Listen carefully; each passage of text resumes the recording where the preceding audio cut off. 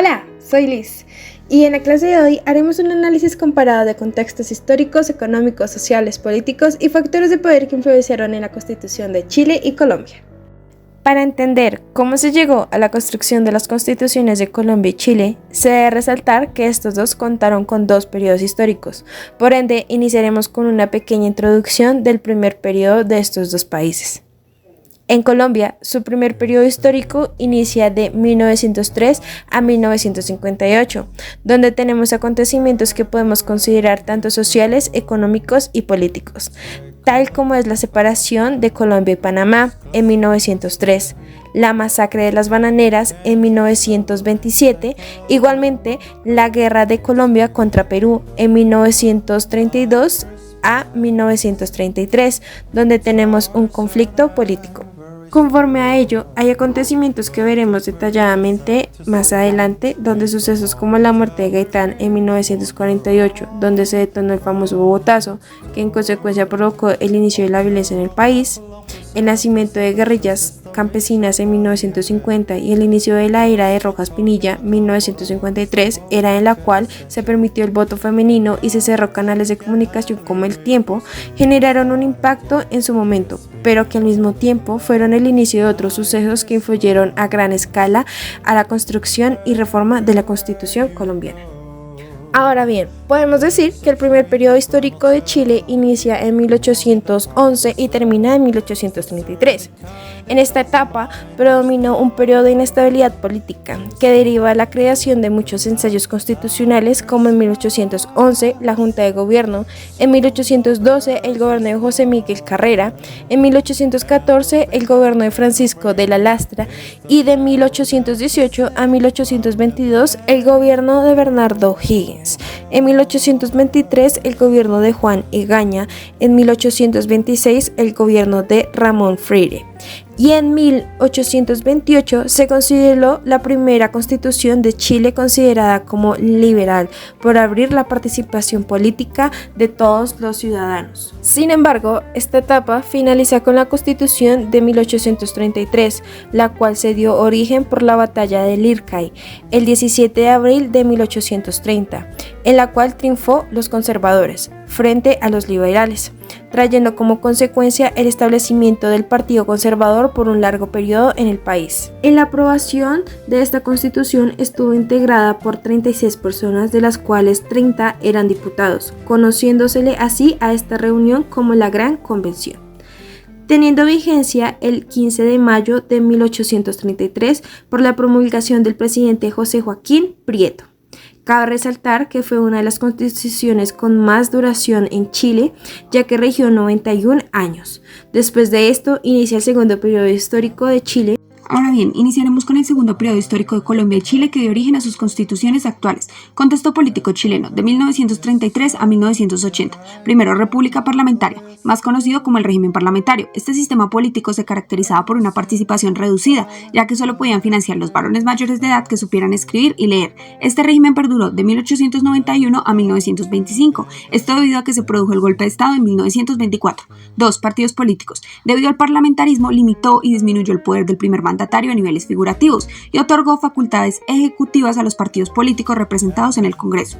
3. Movimientos militares. Estos fueron muy relevantes en el contexto político porque fueron los que impulsaron el golpe de Estado de 1924, debido a que un grupo de oficiales jóvenes del ejército presionaron a los parlamentarios a que votaran en contra de la dieta parlamentaria, logrando así la clausura del Congreso y la promulgación de la Constitución de 1925. 4. La dictadura. Dirigido por Augusto Pinochet el 11 de septiembre de 1973, mediante un régimen que se caracterizaba por las constantes violaciones a los derechos humanos y la implementación de un modelo económico neoliberal. No fue sino hasta el año 1988 que se hizo un plebiscito y la mayoría de los ciudadanos votaron porque Pinochet no siguiera en el poder, y así, por lo tanto, realizaron elecciones para elegir a un presidente de forma democrática. 5. Comisión Ortúzar. Por último, en 1973, esta comisión se encargó de preparar el anteproyecto de la Constitución Política que actualmente rige en el país chileno. Mientras tanto, en Colombia, su contexto político de 1958 a 1991 se despliegan en 4 factores. Primero, narcotráfico. Este es muy relevante en el contexto político colombiano debido a que antes de la caída del Frente Nacional, la violencia era entre partidos políticos, liberales y conservadores. Sin embargo, después de 1958, tomó poder el narcotráfico, convirtiéndose en una violencia contra el Estado para que no los extraditaran. 2. Nuevos partidos políticos. políticos. Antes del Frente Nacional, los únicos partidos que predominaban eran el liberal y el conservador. Sin embargo, esto cambió después del Frente Nacional debido a que surgieron nuevos partidos políticos como la Unión Patriótica, que fue uno de los partidos con mayor relevancia debido a que sus integrantes fueron masacrados. 3. Movimientos de limpieza social. Comienzan a surgir este tipo de grupos el 19 de abril de 1986 en Bucaramanga, como La Mano Negra, uno de los grupos de limpieza social con más impacto que se encargaban de buscar a sus víctimas en barrios populares y asesinarlos con crueldad para dejar un mensaje a la comunidad. 4. Estado. Por último, el poder del gobierno fue uno de los que más influyó en las decisiones para la instauración de la nueva Constitución. Continuaremos hablando del mismo periodo histórico de estos dos países, pero en un contexto social chileno. Primero, protestas de movilización social. Hubieron dos movimientos sociales importantes para conseguir nuevas leyes para la sociedad. El primero fue el ruido de sables, que fue un hecho social importante porque permitió que en pocos días leyes sociales que habían sido aplazadas por el presidente Arturo Alessandri se promulgaran, como el descanso dominical, la silla para empleados y obreros del comercio, protección en caso de enfermedades o accidentes laborales, entre otros. Matanza de Seguro Obrero. Fue una masacre perpetrada en Santiago el 5 de septiembre de 1938 contra miembros del Movimiento Nacional Socialista de Chile que intentaban llevar a cabo un golpe de estado contra el gobierno de Arturo Alessandri. Este acontecimiento social es muy importante por la violación a los derechos humanos de los ciudadanos. 2. Restricción de las libertades públicas. Tras las protestas nacionales, el gobierno utilizó medidas represivas hacia la ciudadanía como el toque de queda, censura de prensa, allanamientos masivos en poblaciones y detenciones. Mientras tanto, en Colombia su contexto social se despliega en los siguientes factores. Primero, empoderamiento de la mujer. Debido al reconocimiento del derecho al voto de la mujer, comienzan a tener más participación en la sociedad colombiana. Por ende, de aquí se despliega otro acontecimiento que son los divorcios. Cabe resaltar que el matrimonio católico no permitía el divorcio, por consiguiente, surge otro factor social relevante del cual hablaremos a continuación. 2. Nuevas orientaciones religiosas. Estas comienzan a presionar para que se separe la religión católica del Estado. 3. Narcotráfico. Como su cultura va a ser el dinero, va a generar un deterioro en los valores, porque ya los jóvenes no quieren superarse, sino por el contrario, conseguir dinero fácil, haciendo que muchas personas quieran ingresar a este mundo. 3. Los escasos planes de desarrollo generó mucha más pobreza en la sociedad. Por último, se iniciaron las protestas sociales pacíficas por medio de nuevos movimientos que presionaban por políticas públicas que beneficiaran a todos. Factores económicos chilenos. En la década de 1850, Chile atravesó un crecimiento económico exponencial, esto debido a las exportaciones de trigo, plata y cobre a los mercados mundiales. En el año 1883 se crearía la llamada Sociedad del Fomento Fabril.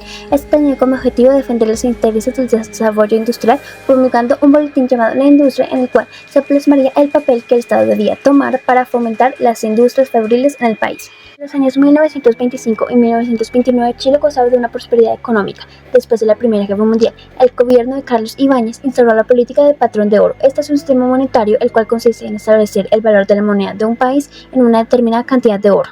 Posteriormente, la situación económica del país sería más precaria debido a que el presidente Carlos Ibáñez endeudó al país al solicitar préstamos para financiar el déficit del fisco, obras públicas y la deuda externa.